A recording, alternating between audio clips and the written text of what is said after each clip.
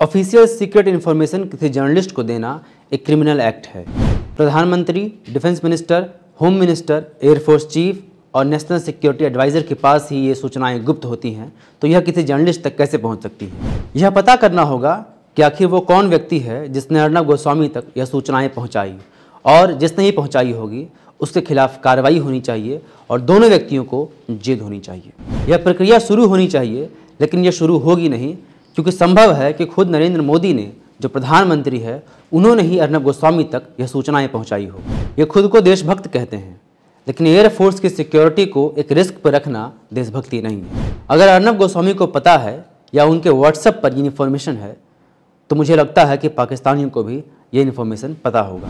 यह प्रधानमंत्री के दिमाग का रिफ्लेक्शन ही है जो अर्नब गोस्वामी के चैट में नज़र आया है, जिसमें 40 जवानों के मरने के बाद खुशी जाहिर की जा रही है। नमस्कार, आप देख रहे हैं द फॉलोअप, मैं विवेक आर्यन।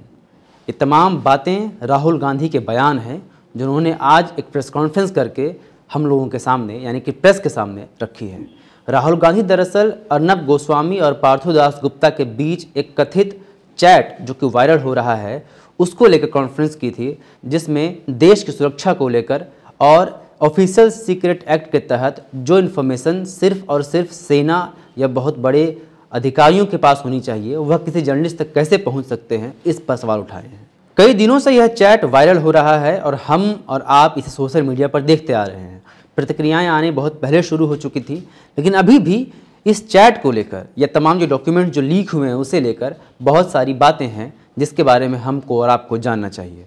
मैं विवेक आर्यन आप सबों के बीच आज उन्हीं बातों को, और ख़ासकर अर्नब गोस्वामी के चैट में वो कौन सी बातें थी जो महत्वपूर्ण रूप से वायरल किए जा रहे हैं, जिसके बाद चर्चाएं गर्म है और जिसके बाद ये कहा जा रहा है कि आखिर कैसे एक जर्नलिस्ट के पास वो इन्फॉर्मेशन पहुंच सकते हैं, यहाँ तक कि किसी घटना के होने के पहले ही इन्फॉर्मेशन उस जर्नलिस्ट तक पहुंच जाते हैं कि कुछ होने वाला है।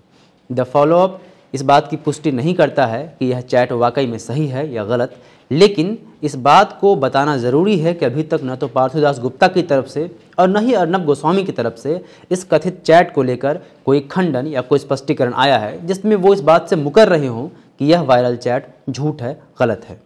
आइए समझते हैं कि इस चैट में है क्या, लेकिन उसके ठीक पहले आखिर ये चैट किस बारे में है। दरअसल आज से कुछ दिन पहले टीआरपी स्कैम के बारे में हम सब ने सुना, जिसमें रिपब्लिक टीवी का नाम बहुत जोर शोर से उछाला गया था और साथ ही नाम उछाला गया था रिपब्लिक टीवी के editor in chief Arnab Goswami का।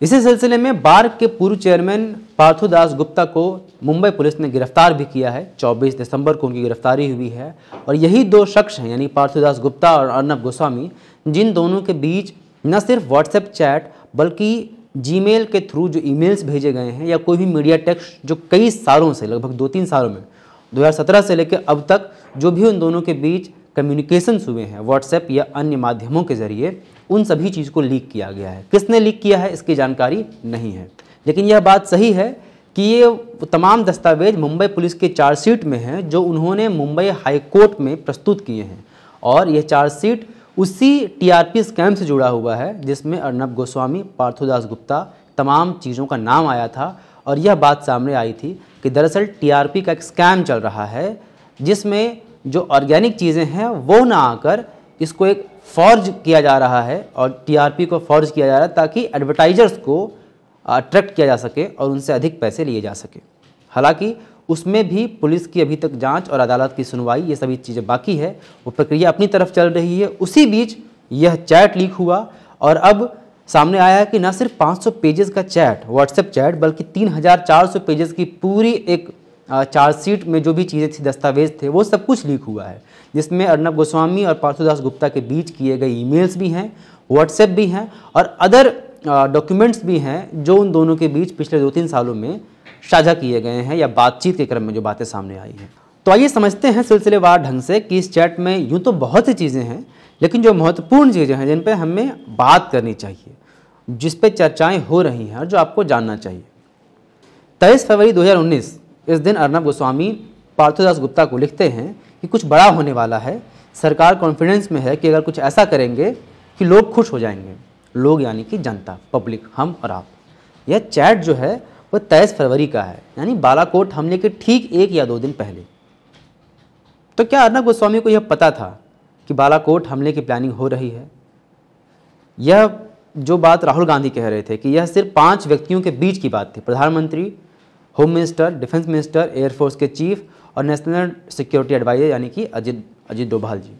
इसके अलावा किसी छठे व्यक्ति को यह अगर जानकारी है तो यह ऑफिशियल सीक्रेट एक्ट के तहत एक क्रिमिनल ऑफेंस है जो कि गलत है और इसके लिए सज़ा मिलनी चाहिए। यह बात जो वायरल चैट है उसमें सामने आई है कि अर्नब ऐसा कह रहे हैं 23 फरवरी 2019 को। अगली चैट में एक 14 फरवरी 2019 को ही अर्नब कहते हैं कि this attack we have won like crazy. 14 फरवरी का दिन हम कभी नहीं भूल सकते।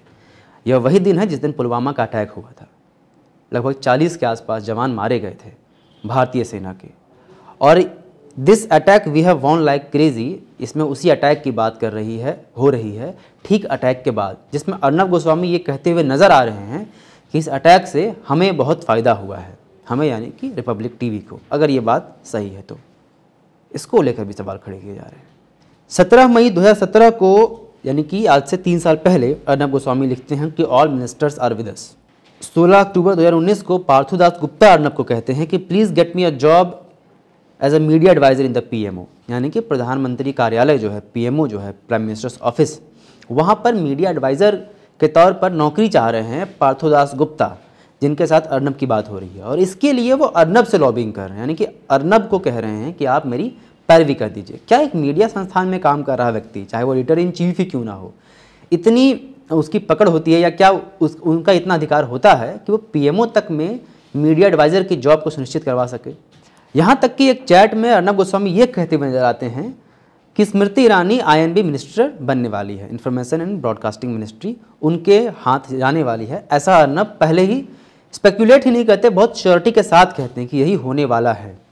एक और चैट में जो बहुत महत्वपूर्ण है, इसमें अर्नब गोस्वामी के चैट से यह झलकता है कि उन्हें पहले से पता था कि आर्टिकल 370 का एब्रोगेशन होने वाला है, यानी कश्मीर से आर्टिकल 370 को हटाया जाना है। इसकी जानकारी पहले से ही अर्नब गोस्वामी के पास थी। यहाँ तक कि अर्नब ये भी कहते हैं कि इसके लिए उन्होंने तैयारियां कर रखी है। अपने टीम में से 50 क्रू मेंबर्स को, यानी रिपब्लिक टीवी के 50 क्रू मेंबर, इसमें कैमरामैन, रिपोर्टर्स या बाकी जो असिस्टेंट्स होते हैं, उन लोगों को ऑलरेडी कश्मीर में डिप्यूट किया जा सका है ताकि एक बेहतर कवरेज, एक अच्छी रिपोर्ट्स वहाँ से आ सके। इसकी जानकारी अर्नब गोस्वामी को बकौल ये व्हाट्सएप चैट उन्हें पहले से थी। अर्नब ये भी कहते हैं कि 2 दिन पहले भी अजित डोभाल से मिले हैं। Ajit Doval national security adviser, जिनके अंदर तीनों जो विंग्स हैं सेना के, एयरफोर्स, लैंड और मरीन, वो तीनों इनके अंतर्गत आता है। उनसे इनकी मुलाकात हो चुकी है, ऐसा अर्नब गोस्वामी इस चैट में कह रहे हैं। ये कुछ महत्वपूर्ण चीज़ें थी जो कि अर्नब के लीक्ड चैट से, सो कॉल्ड अर्नब के लीक्ड चैट से सामने आई है।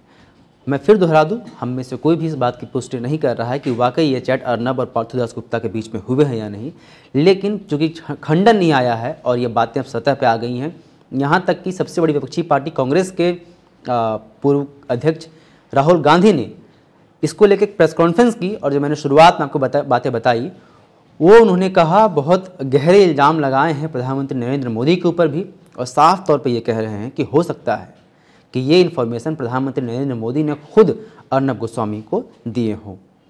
ये भी वो मांग कर रहे हैं कि जिसने भी वो इन्फॉर्मेशन दिया है और अर्नब ने अगर इन्फॉर्मेशन लिया है तो दोनों के ऊपर कार्रवाई होनी चाहिए और दोनों व्यक्ति को जेल भेजा जाना चाहिए, क्योंकि ये ऑफिशियल सीक्रेट एक्ट का उल्लंघन है जो कि बर्दाश्त नहीं किया जा सकता है, क्योंकि इसका खामियाजा देश के सभी लोगों को भुगतना पड़ सकता है या पड़ रहा है। दरअसल अर्नब के इस कथित चैट के लीक होने के बाद एक जो मीडिया और सरकार के बीच करीबियों को लेकर जो बहुत पहले सुगबुगाहट थी, वह और तेज़ हो गई है। और अगर ये चैट सही है तो वाकई लोग डिस्कस करने लगे हैं कि क्या यह सही है कि एक मीडिया हाउस सरकार के इतने करीब होता है, जिसको इतने क्रूशियल और इतने कॉन्फिडेंशियल इन्फॉर्मेशंस मिल जाते हैं जो सिर्फ इस देश के शीर्ष में बैठे 5 लोगों को पता होनी चाहिए, वह एक तीसरा व्यक्ति जानता है, यानी कि छठा व्यक्ति जानता है, और वह एक अन्य व्यक्ति से ये सब चीज़ें डिस्कस कर रहा है, बात कर रहा है। अगर ऐसा है तो ये बहुत चिंतित करने वाला विषय है, लेकिन चूँकि इसकी पुष्टि नहीं हुई है तो हम इसमें से कोई बात नहीं कह सकते। सरकार और मीडिया को लेकर जो करीबियों की बात हम कर रहे हैं उसको लेकर बहुत पहले से चर्चाएं गर्म हैं और हम में से हर कोई अक्सर कहीं ना कभी इस बारे में सुनते हैं।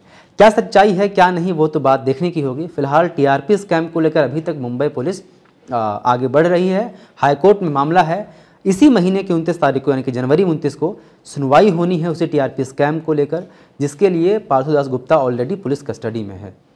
इनमें से कुछ चैट ये भी सजेस्ट करते हैं कि ड्यूरिंग द पुलिस कस्टडी यानी जब वो डिटेन हो चुके हैं, गिरफ्तार हो चुके हैं, तब भी अर्नब उनसे बातचीत कर रहे हैं। इस चैट में कितनी सच्चाई है और यह किस तरफ इशारा करती है, यह तो देखने की बात होगी। टीआरपी स्कैम को लेकर जो नए मामले आते हैं, जो अपडेट्स आते हैं, वो हम आप तक पहुंचाते रहेंगे। तब तक आप द फॉलोअप देखते रहिए। मैं विवेक आर्यन हूँ। नमस्कार। Followup.in.